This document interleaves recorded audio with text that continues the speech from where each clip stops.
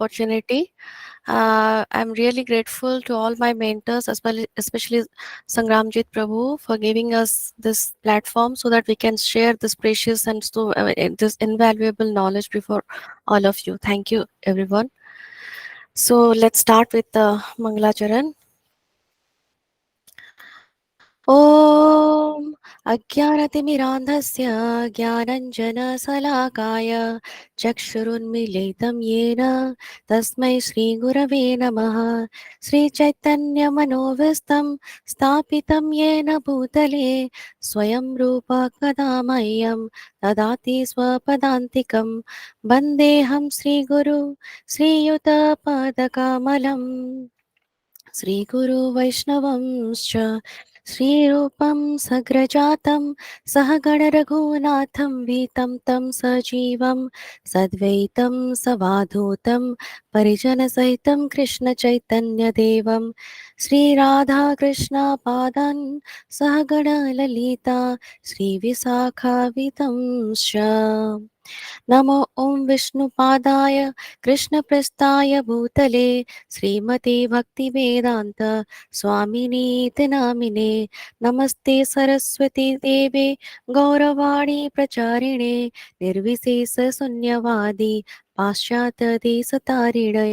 हे कृष्ण करुणा सिन्धु दीनबन्धु जगत्पते गोपेश गोपिका कान्त राधाकान्त नमस्तुते।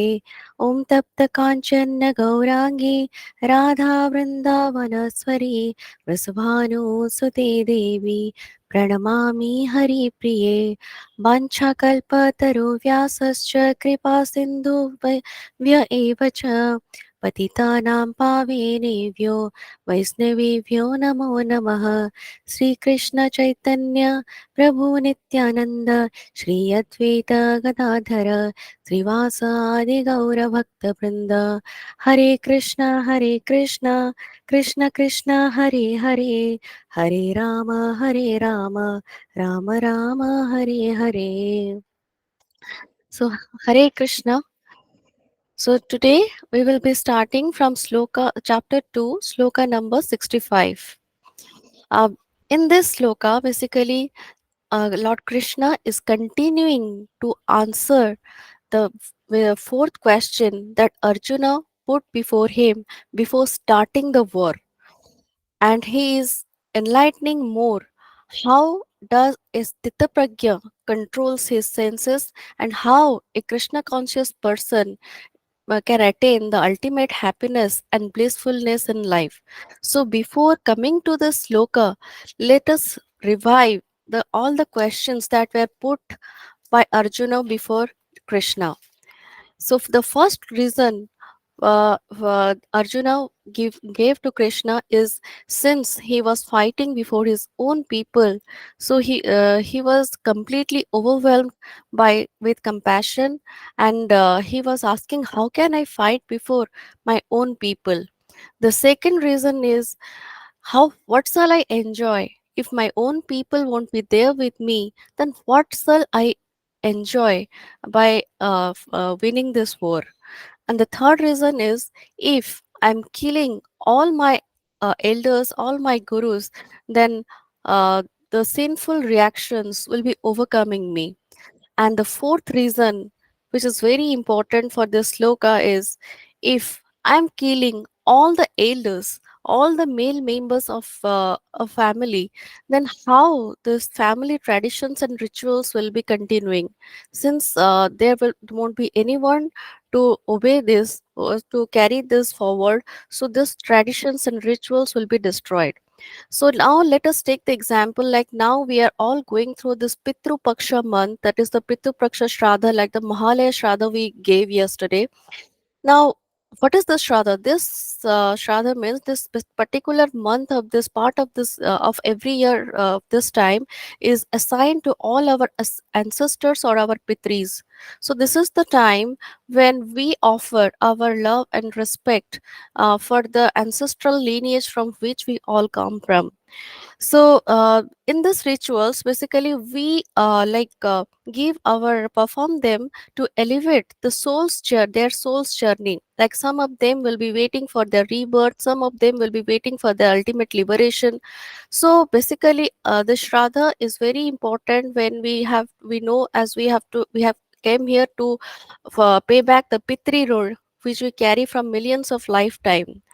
But here, Krishna is instructing Arjuna, O Arjuna, rise above these material rituals and come to the plane of transcendence. What does this mean? Now, he is trying to tell that until you are binding yourself with these rituals, you are still binding yourself with the three modes of this material nature, that is the sattva, raja, and tama, and hence you're creating a bondage for yourself. So try to rise above this and think more how you can attain the permanent bliss and the permanent happiness in your life. So basically, what is the sloka? Let's go through the sloka. The sloka goes like Prasade सर्वदुःखानां हनिरसोय हनिरस्योपजायते प्रसन्नचेतसो ह्यासु बुद्धिप्रया विशिष्टते. Meaning, for one thus satisfied in Krishna consciousness, the threefold miseries of the material existence exists no longer. In such satisfied consciousness, one's intelligence is soon well established. Basically, here Krishna is pointing on the points, like he starts the sloka with prasade. What does this word prasade mean? It means to attain the ultimate mercy of Lord. That is, once you are attaining the ultimate mercy, you are satisfied. Next, he is telling Sarba Dukhanam Hanir Asopajayate, means you are coming out of all the threefold miseries. Then he is telling prasanna cheta, so means you are internally satisfied, and asu buddhi praya vasisthate means your intelligence is completely fixed and well established. Now look, everywhere, wherever we go, what is happening? Everyone is looking to be ultimately happy, ultimately be at peace, and ultimately be blissful. But problem is that we don't know where we can get all this. We don't have the idea, or we don't have the information. Actually, how can we be permanently blissful and happy and peaceful in life? So this sloka makes it very clear. See, when a person is true devotee of Lord Krishna, what happens? He is completely in the state of sthita pragya. He is stable, and once because he is connected with his all the consciousness to the Lord, and ultimately he is freed from all the attachments, all the aversions, and is satisfied because he is whatever he is doing for the ultimate pleasure of the supreme personality of Godhead.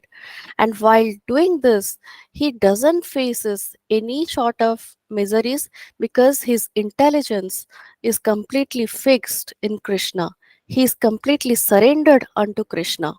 So let us know what is the key to satisfaction. Basically, we see many people who are hankering for money, for prestige, for pride, name, fame. We may have lots of money, lots of home number and numbers of friends, and we may be very popular over social media, whatever. But still, at times we all find a sort of hollowness within us, a sort of swallenness within our heart. Now, thing is that why we find this hollowness? Because until and unless we are practicing bhakti, we are not going to feel our this hollowness is not going to be filled. And how can we do this? We can only do this when we are connecting with all our consciousness with Krishna, because we are the ultimate part and parcel of Krishna. So until and unless we are connected with all our mind and soul with the Supreme, we cannot be complete. That hollowness will always be there within us. For example, take the example of Vyasadeva. Who was Vyasadeva? He was the literary incarnation of Krishna, of Lord Krishna. He wrote many Puranas, many Itihasas, many Upanishads, Upanishads, everything. After writing so much, still he was not internally satisfied, and he asked his guru that why he is not satisfied from within. To which Narad Muni chastises by telling him that what have you have written, but till now you have written nothing about bhakti. Until and unless you are glorifying Krishna and his devotees, you can't be satisfied. So just imagine it is how it is proved that a person who is completely engaged in the spiritual service, till he is not serving or connecting with Krishna himself and is not glorifying him, he is not satisfied. Because whatever we do for this material world, we know which is otherwise known as dukkha, what the happiness we get is completely temporary and is ultimately a failure. But still, most of us keep on tapping on so many material activities and material things uh, for getting the ultimate pleasure.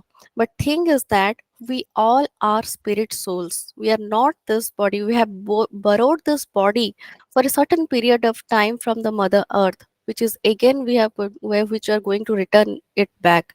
But ultimately, we are the spirit soul, and the spirit soul can derive its own happiness when it is ultimately connected to its own source energy, that is Krishna. So, by practicing bhakti, one gets connected to another spiritual entity, that is Lord Krishna, and is completely satisfied. Now, what? So, the conclusion is if and only if we are practicing bhakti, we shall be freed from all the threefold miseries and can ultimately attain all the happiness and satisfaction in life. Now, coming to the next sloka, it goes like chapter number 2, sloka number 6 to 6. It goes like Nastir buddhi ayuktasya na ayuktasya ayuktasya bhavana nacha bhava yatha shantir asantasya kutas sukham. Just imagine what in the last sloka, Lord already explained what happens when we are connected with Krishna consciousness. He said, once we are connected, we are prasanna chetasa. We are ultimately blissful and happy from within. But in this sloka, Krishna is explaining what happens to a person when he is not connected with Krishna or he is not in Krishna consciousness.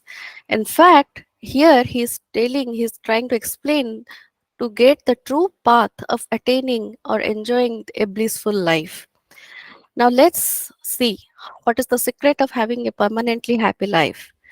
Here in this sloka, he is using a what term, that is ayuktasya. What is ayuktasya? It is coming from the word yuktasya. Yukta means connecting. Ayuktasya means disconnecting. So when we are not connecting with Krishna in this sloka, he is telling that we are bound to face these four repercussions. What are this? Na astir buddhi means the person's buddhi or the intellect is not fixed. It is not stable. It is flickering all the time. Nacha bhavana. It is his mind, his bhavana, his emotions and mind is also not stable. Na avatar santir. Even the persons won't have peace. Asantasya kutah sukham. And if the person is not at peace, is not at bliss, then where is the question of happiness? Kutah sukham means no happiness. So, to understand this, just I want to take another sloka which is written, that is sloka number uh, 5.29, chapter 5, 29th sloka, which goes like Bhoktaram yajna tapasyam sarvaloka maheswaram suhridam sarvabhutanam gyatava mama santim prichet, which goes like when a person is in full consciousness of me, he knowing me to be the ultimate beneficiaries of all the sacrifices and austerities, the supreme lord of all the planets and demigods, and the benefactor and well-wisher of all the living entities, he attains peace from the pangs of the material miseries. This means anyone who understands that Krishna himself is the beneficiaries of what all puja, rituals, or whatever yagnas, tapas, whatever austerities we do, he is the ultimate receiver of all the results. He is the ultimate controller or proprietor of every single living entities on this universe. And he is Suhridam Sarva Bhutanam. He is the well wisher or the benefactor of all the living entities. And anyone who really understands this is that Lord is the ultimate enjoyer, He is the ultimate controller, and He is the ultimate proprietor of every entity. He takes the shelter of Krishna, and Krishna takes the take care of the rest. Now, one who is Krishna consciousness, who is in Krishna consciousness, what happens? It happens that his mind is not disturbed because he has a fixed goal in life. Now, just look at a person who is in a depressed state, who is always in a depressed state. Ask him his goal. You will find that that person won't be able to define his goal properly because his mind is not fixed. Because why his mind is not fixed? Because he does not having a fixed goal in life. Now, what is the basically what is the trick if you want to play? If you're trying to take any revenge action on anyone, that if you disturb a person, want to disturb any person, just take out the goal of his life. Just make his goal flickering or hazy. Just see how the person will survive. You'll find that after some time, the person will ultimately go into depression. Now, if a person has a fixed goal, what happens? He knows, he clearly sees his path and knows where to go and he marches towards it. But a person with no goal ultimately makes his life chaotic. But every person should have a defined goal in life. But problem arises here that when a person in this world, what whenever he tries to define any goal, thing is that we are defining it materialistically. All the goals are defined in a material manner. So thing is that the world, Krishna says, this world is aswaswatam and anityam, means temporary and ever changing. So whatever goal we define in this material world is ultimately ever changing and is temporary. So when a person is having a permanent goal or a permanent ultimate goal, his mind will be fixed and peaceful. And having a permanent goal, the living entity should, the whatever the entity we are defining, it should be permanent. Now, basically, if we see who is the that permanent person in our life or the permanent entity in our life, it is none other than the Supreme Personality of Godhead. All the time, He is with us. He is there in our heart. He knows everything. We need not have to say Him at any point of time. He knows everything, all our intentions. So, if we are making Krishna as our goal, attaining Krishna in this very life is in our mind. So ultimately, our mind becomes fixed and peaceful because this goal is not material, this is spiritual. And whatever happens, disturbance happens in this material life or in this mundane life, it is not going to affect. And our behavior, our activity, everything will be organized and well organized and will be according. So ask a person when just do a thing exercise when you ask a person who is depressed and he doesn't have any goal, you'll find that even if he has a goal. This goal will be very unrealistic. So uh, ultimately, when we come into Krishna consciousness, we can be proper goal oriented, or else we shall push ourselves into distress. Now, thanks and to all our gurus, and we are so fortunate that it is only because of with the grace of Srila Prabhupada, and ultimately with the help of Lord Krishna, we are able to have this Bhagavad Gita, which helps us in defining the ultimate and the final goal of our life. What is that? It is about attaining Krishna by breaking the cycle of birth and death. So let's focus and march towards it. Whatever problems, these material problems will be which we are facing will soon look very insignificant before this huge goal. No one, if another thing is that whenever we are connecting with Krishna, the relationship should be very strong, because if you're connecting with Krishna and not establishing a relationship, it is like any gadgets, any electric gadgets we are using without the source energy. Without the source, if you're not plugging in with the source, will the appliance work? It won't. So similarly, once we are connecting with Krishna, we need to establish a strong relationship with Him, and so that our connectivity with Him becomes more stronger.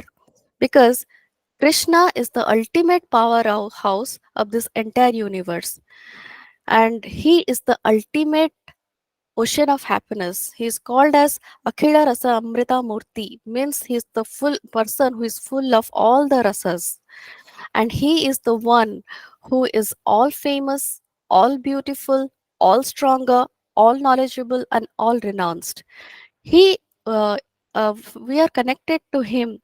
When we are connected to him, we finally find the eternal shelter, the ultimate eternal shelter, and ultimately we're happy and blissful and peaceful in life.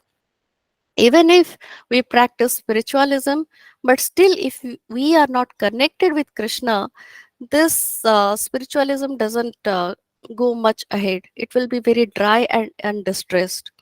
So basically, here it is very nicely explained by Prabhupada that what is Krishna consciousness. Krishna consciousness, it is a self manifested peaceful condition which can only be achieved only in relationship with Krishna. So, before ending, I just want to tell the best way we can always keep connected with Krishna is by chanting the Hare Krishna Maha Mantra on a regular basis. Whatever time we are free, we should always keep in mind that we are always connected to the Supreme, and we should chant this Maha Mantra, because at times many people ask about so many remedies, like how can we be happy, but thing is that no one knows the meaning for this Maha Mantra, why we chant this. When we are chanting the Hare Krishna Maha Mantra, we are taking the name of both Krishna and Rama. Who is Lord Ram? Lord Ram was the Suryavanshi, and he was the ultimate significator of the sun. The sun signifies Lord Ram. And who was Krishna? Lord Krishna came from Chandravanshi, and he was born in the nakshatra of Rohini, which is again ruled by moon. Both sun and moon, they're the ultimate source of energies for this mother earth. So once we are energizing our sun and moon, sun which is representing our soul and moon which is representing our mind, once both the things are engaging in the service of Krishna consciousness, ultimately we will be having a very happy, stable, and peaceful and blissful life. So thank you. This is from my side. Hare Krishna.